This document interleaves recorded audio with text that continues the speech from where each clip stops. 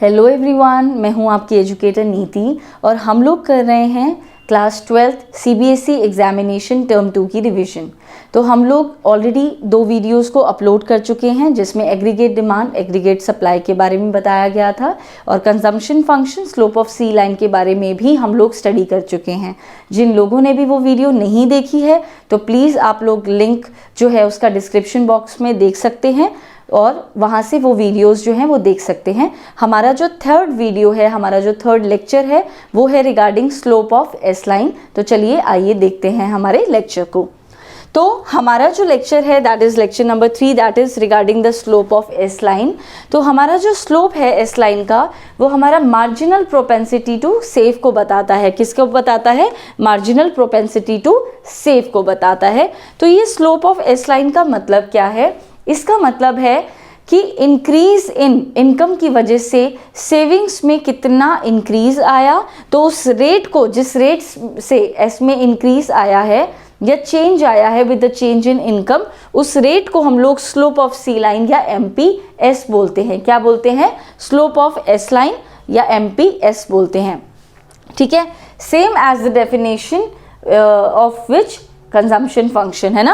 Consumption function में भी rate बताता है कि इनकम में चेंज आने की वजह से कंजम्पशन में कितना चेंज आया, कि जिस रेट से चेंज आया वो आपका कंजम्पशन लाइन बताएगा। तो इनकम में चेंज आने की वजह से सेविंग में कितना चेंज आया, जिस रेट से चेंज आया उसको हम लोग यहाँ पे, अगर वो सेविंग का चेंज बताएगा तो ये स्लोप ऑफ एस लाइन है। अगर ये कंजम्पशन का स्लोप बताएगा, कंजम्पशन का चेंज बताएगा तो वो स्लोप ऑफ सी लाइन होगा। ठीक है, अब जो हमारा एमपीएस है वो किसके इक्वल होता है? तो एमपीएस का जो फॉर्मूला है, जो स्लोप ऑफ एस लाइन का जो फॉर्मूला है वो है change in S by change in Y. Change in S upon में चेंज इन वाई, ये है हमारा फॉर्मूला किसका? स्लोप ऑफ एस लाइन का।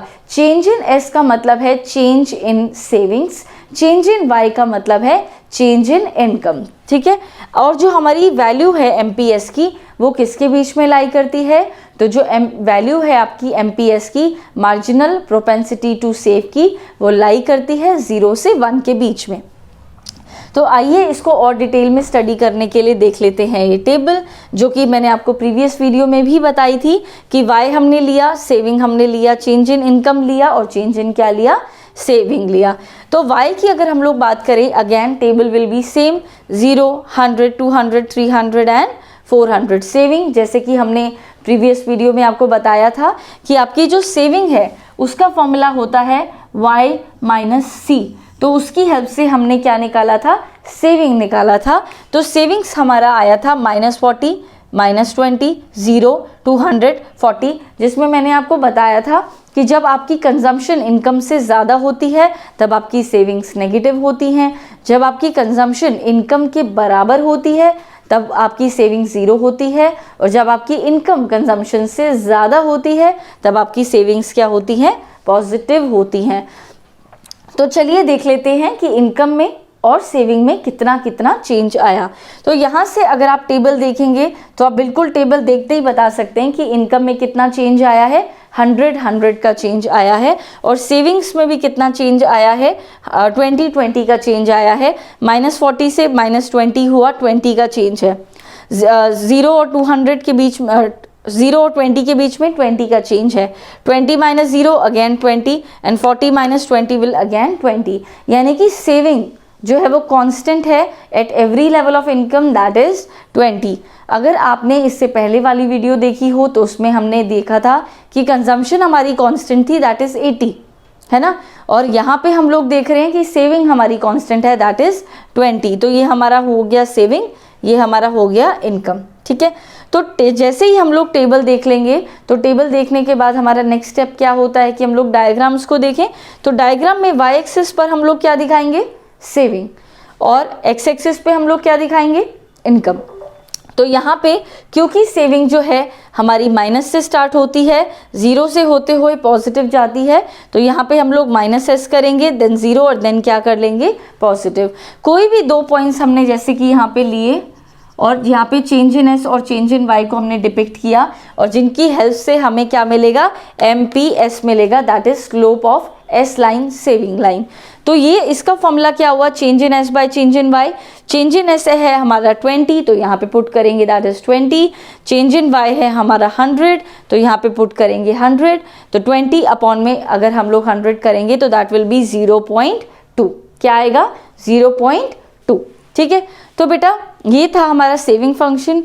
देन है हमारा स्लोप जो है हमारा एस लाइन का, जो कि हम लोग देख रहे हैं डायग्राम में भी, वो एक स्ट्रेट लाइन है। तो अगेन इसका एक क्वेश्चन इंपॉर्टेंट है कि why the slope of S line is a straight line. क्या है कि हमारा जो स्लोप की जो एस लाइन की जो स्लोप है उसकी स्ट्रेट लाइन क्यों है, क्योंकि आपका आंसर इसमें क्या होगा, because the MPS is constant that is 0.2। क्योंकि जो एमपीएस है वो आपका कांस्टेंट है, 2 है at every level of income. इसी वजह से आपकी जो स्लोप है किसकी, एस लाइन की, वो क्या बनेगी, स्ट्रेट लाइन फंक्शन। ठीक है, स्ट्रेट लाइन बनेगा। देन है ऐसा जो स्लोप का जो फंक्शन है जिसकी जो स्लोप है स्ट्रेट है और एमपीएस कांस्टेंट है, तो ऐसे सेविंग फंक्शन को हम लोग लीनियर सेविंग फंक्शन बोलते हैं। क्या बोलते हैं एवरीवन, लीनियर सेविंग फंक्शन, जिसकी स्ट्रेट लाइन होगा स्लोप और जिसकी एमपीसी क्या होगी, कांस्टेंट। तो ऐसे सेविंग फंक्शन को हम लोग क्या बोलेंगे, लीनियर सेविंग फंक्शन बोलेंगे। आई होप ये आपको क्लियर हो गया होगा। अब हम लोग चलते हैं अलजेब्रिक एक्सप्रेशन पे सेविंग फंक्शन के। तो सेविंग का जो अलजेब्रिक एक्सप्रेशन है उसको देख लेते हैं। तो वो है s is equal to minus C bar plus में 1 माइनस बी वाई।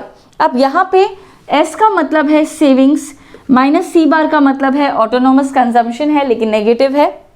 ठीक है, 1 माइनस बी का मतलब है एमपीएस। क्या है मतलब 1 माइनस बी का, दैट इज एमपीएस। और वाई का मतलब आप बहुत ही बखूबी से जानते हैं, दैट इज इनकम। ठीक है, तो S stands for saving, C bar stands for autonomous consumption when the income is 0।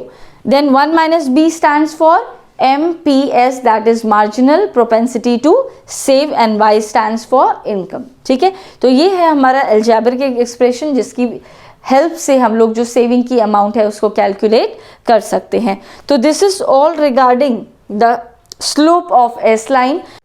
तो अब हम लोग करते हैं कुछ इंपॉर्टेंट कॉन्सेप्ट्स। तो पहला है हमारा APS, that is average propensity to save.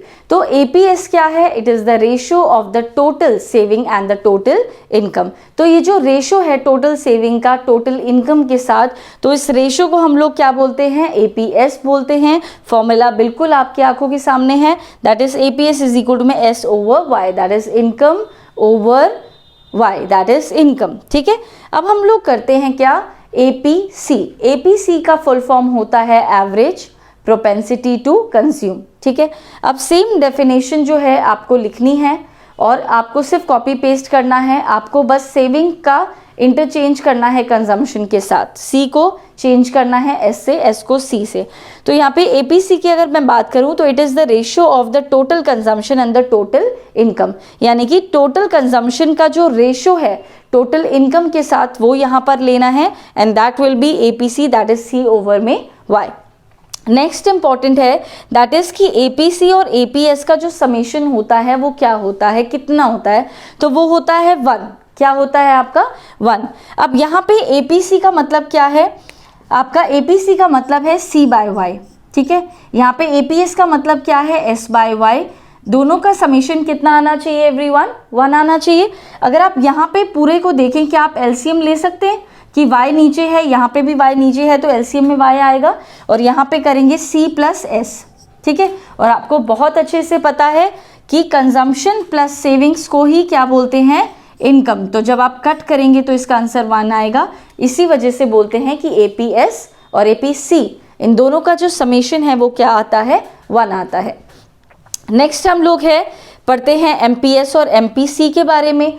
तो एमपीएस का मतलब क्या है, वहाँ एपीसी के अंदर हमने, एपीएस के अंदर हमने लिया था the ratio of saving and income.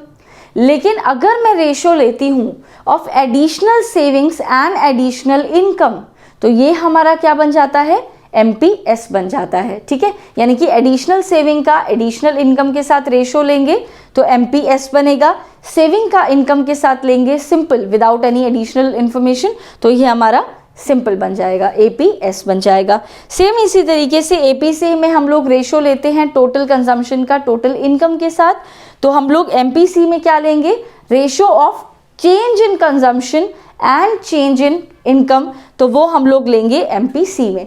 जिस तरीके से APC और APS का समेशन 1 आता है, उसी तरीके से MPC और MPS का भी समेशन क्या होता है, 1। ठीक है, वो कैसे होता है 1? MPC का फॉर्मूला होता है चेंज इन C बाय चेंज इन Y, और चेंज इन MPS का फॉर्मूला होता है चेंज इन S बाय चेंज इन Y।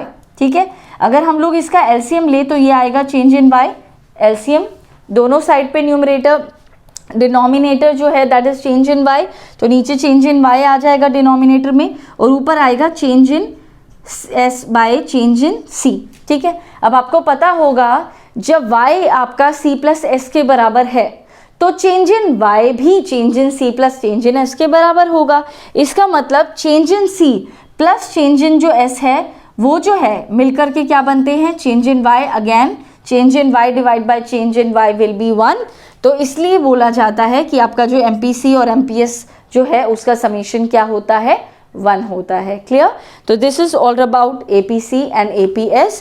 अब हम लोग चलते हैं कुछ छोटे छोटे की पॉइंट्स की ओर, एंड देन वील समराइज। ठीक है, तो इंपॉर्टेंट पॉइंट्स क्या है? सबसे पहला है कि आपका APC जो है कैन नेवर बी 1 और मोर देन 1, कि APS जो है वो हमारा 1 या मोर देन 1 नहीं हो सकता। ठीक है, क्योंकि APS की वैल्यू इतने के बीच में ही लाई करती है। नेक्स्ट है APS कैन बी 0, क्योंकि सेविंग 0 हो सकती है, इसलिए APS भी 0 हो सकता है। नेक्स्ट है APS नेगेटिव हो सकता है, क्योंकि सेविंग्स नेगेटिव हो सकती हैं, तो APS भी नेगेटिव हो सकता है। APS can be less than 1, yes of course, savings अगर नेगेटिव हैं तो ऑब्वियस सी बात है कि लेस देन 1 है। ठीक है, APS जो है इंक्रीज करता है with the increase in income, जैसे जैसे कंजम्पशन, जैसे जैसे इनकम इंक्रीज होगी वैसे वैसे आपकी जो सेविंग्स हैं वो भी उसी रेशियो में इंक्रीज होंगी। नेक्स्ट है आपका last but not the least, that is MPS can't be less than 0, कि MPS जो है वो आपका 0 से कम कभी भी नहीं हो सकता, इसकी वैल्यू है 0 से 1 के बीच में लाई करती है। तो अगर आपको ये वीडियो पसंद आई हो तो प्लीज़ लाइक करें, शेयर करें और सब्सक्राइब करें हमारे चैनल को। Next tune to our next videos. Thank you for watching.